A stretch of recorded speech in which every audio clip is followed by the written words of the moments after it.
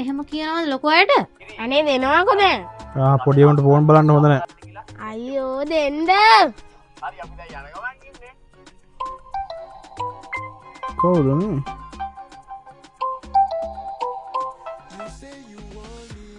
Hello. Hello පුතේ ලොකු අම්මේ.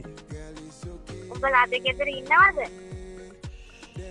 ලොකු අම්මේ අද නම් මේ අපි මේ පොඩි ගමනක් යන්න කියලා අයියේ. මං අද හෙන්න කියලා බැලුවේ. මං හවස්සයි පුතේ එන්න.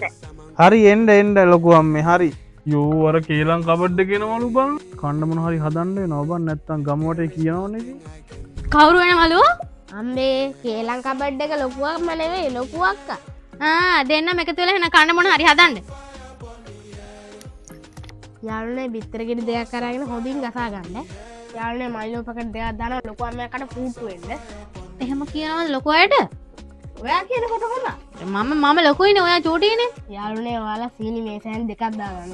යාළුවනේ ඊට පස්සේ නටන උණු වතුර දාගන්න.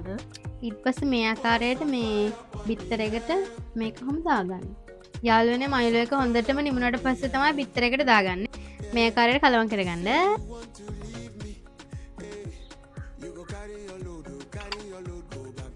මේක කාලා ලොකුවම ඉස්පිරි දාලා නැතර ගන්න වෙයි දන්නේ සීනි වැඩි වෙලා.